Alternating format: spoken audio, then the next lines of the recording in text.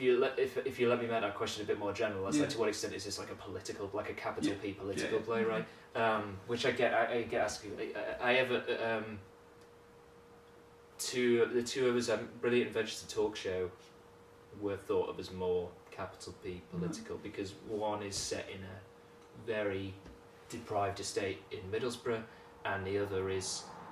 set in a small town, but a lot of the plot is to do with the family not having any money for various reasons. And Pomona, I mean, it says maybe more small P political. It's about ideas of consumption and things like that. I really try not to think about that stuff at all if I'm writing, because I personally, my taste, I really switch off if I'm watching something and I feel like I'm just being told what the writer thinks about a certain thing. Right. I don't really go to the theatre to nod, you know. I don't. It's not really what I'm into. It's not my. I want to laugh and be scared and cry and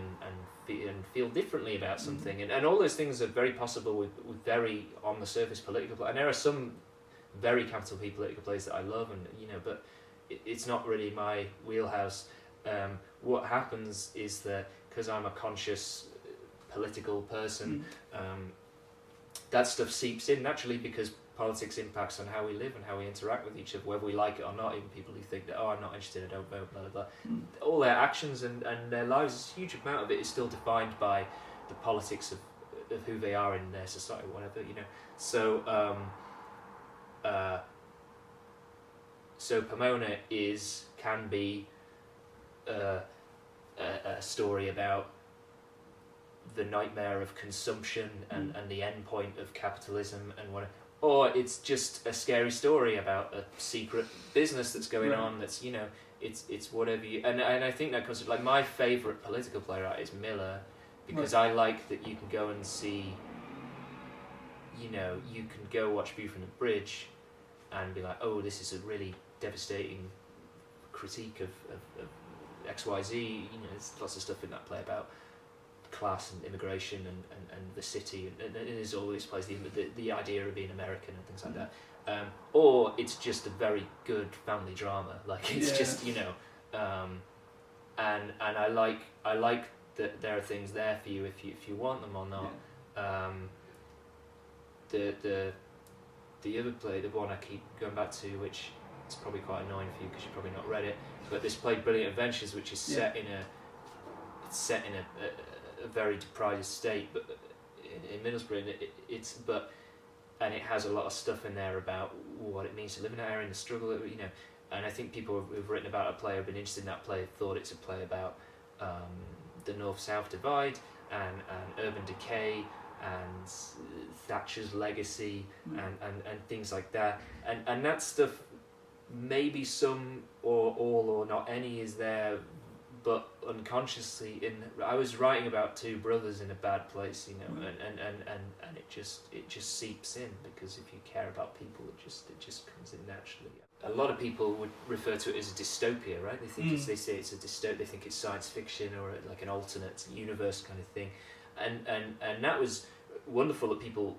cared enough about it to make, you know, to write about it and to think about it and to come up with different theories of it, and I should just say that's my favourite thing about writing, is I try not to be too explicit with what I was thinking when I was writing it, because it's kind of irrelevant after I've done it. It's just it should be open. I'd much rather have 50 interpretations of a thing than just me saying, no, it's actually about this. But the dystopia thing, which is perfectly valid because it's what people have taken away from it, was kind of mystifying to me, because when I was writing, I was like, I'm just writing about like now. I'm just like, it never seemed alien to me. It always seemed just contemporary. It was definitely, I definitely dialed up the shadows a little bit, and I gave the world kind of all kinds of unreal and absurd elements and stuff. But in terms of the time period in which that play was set, it was definitely like right now, and I think it's because of the end, this organ harvesting, baby harvesting thing at the end, and that makes people think of various, you know, science fiction stories and films and things like that. But I always thought that was like more than within the realms of, like, there is the same thing happening everywhere, just on a much smaller scale. I just amped it up a little bit, and which is fiction, of course it's going to be, but so that was always interesting to me, because I always, and it's kind of part of the same thing as I remember when we were doing the original production, I was very keen for the cast to not be all Mancunians, because even though the geography of it is Manchester, I didn't want it to be, it's not a Manchester play, I don't want it to be a Manchester play, I want it to be everywhere, because what happens is, it's not so big a deal if you're doing it anywhere in the country, but if you put on a play in London and everyone's got a Manchester accent, it means that people are able to go, oh, that's over there, that's not necessarily, so, which seems unrelated, but it's part of the same thing about, I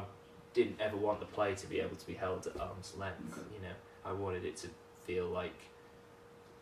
when you're walking home, you feel like you're in a bit, you're in a bit of a shady moment, you know what I mean? I remember standing on a tube platform with a friend, and something slightly bizarre / dodgy was going on at the other end, and she went, oh, it's looking a bit Pomona over there, and I thought, like, oh, okay, that's, she gets it, So I don't think the play's scary if it feels like it's away. I think it works best when it feels, it's definitely got a weirdness to it, and it's not a naturalistic version of a city, and it's not naturalism, it's not